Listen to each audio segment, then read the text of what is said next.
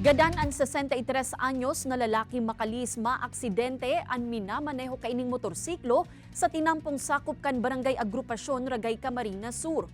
Sa pag-imbestigar kan kapulisan, gikan sa pagdala nin basketball ang biktima na sarong Barangay Kagawad sa Lupi Camarines Sur kan makamati ininin kadipisilan sa paghangos.